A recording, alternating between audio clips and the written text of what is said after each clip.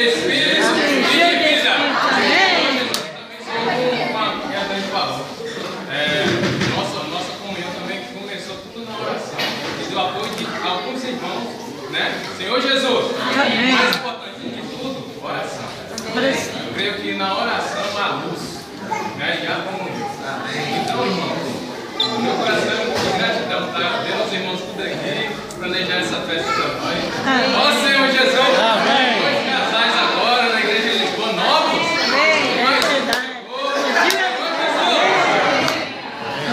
Isso tudo é sinal que o Senhor nos ama. Ó Senhor Jesus, na verdade, eu amadureci um pouco mais depois que eu me casei. Ó Senhor Jesus, esse é sinal que o Senhor está trabalhando, né? Está abordando as festas. Essa festa tem que ser abordada. Eu acredito que a gente faz isso, eu vou ver o Senhor, a minha emoção. Eu ajudo ela a montar a festa, ela vai abordar a festa. Ó Senhor Jesus! Amém! A noiva do noivo.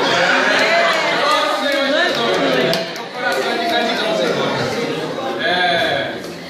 E abençoar os casais também.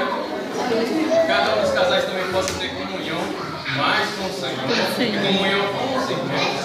Para apressar a volta do Senhor. Jesus, eu sei.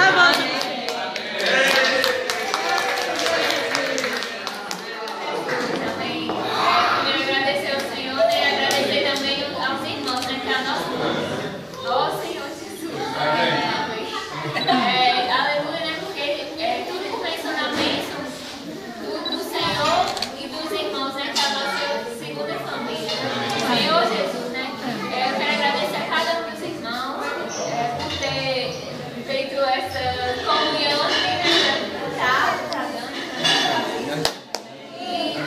E agradecer ainda mais ao Senhor, né? Porque quando a gente coloca o Senhor no centro da nossa